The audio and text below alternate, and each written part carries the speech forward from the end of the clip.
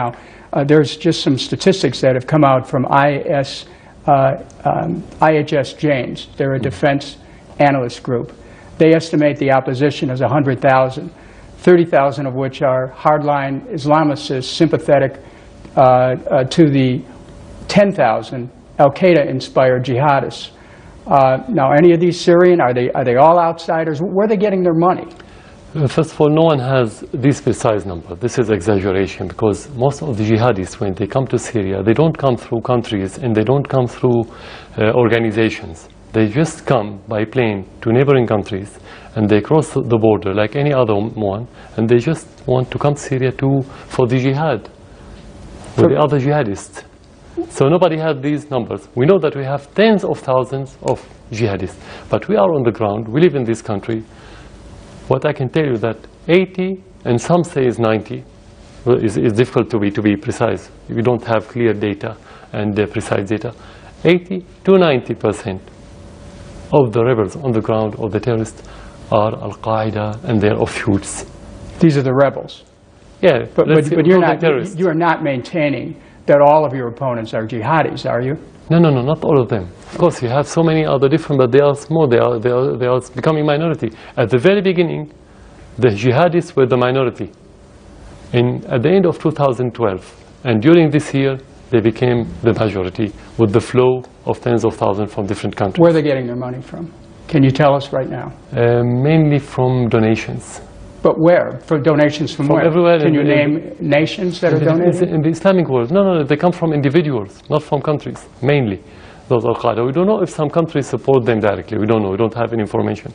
I have to be very precise. But mainly from donations from people who carry the same ideology in their minds. You mentioned before that some figures that are given are exaggeration. Can you tell us now how many Syrians have actually died in this conflict?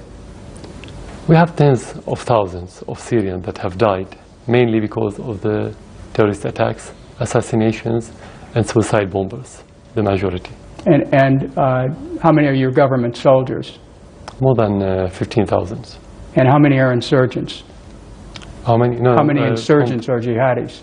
We don't have numbers because we cannot count them. So, well, there are innocent people being killed in this. And the reports are that your government has bombed villages in which innocent people are killed. What about that, Mr. President?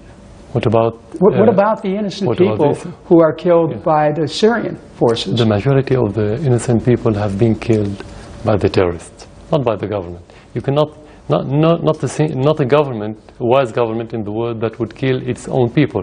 How can you withstand if you kill your own people for 2 years and a half, while the West is against you, the regional countries, many of them are against you, and your people are against you while you're killing them? Is it possible? Is it realistic? So you're saying you're not killing your own people, but your forces have launched attacks on villages where your own people have been killed? No, actually what you're talking about is when the terrorists infiltrating residential area in villages, and sometimes in the suburbs of the cities and within large cities, and the army has to go there to get rid of those terrorists. The army should defend the civilians, not the opposite.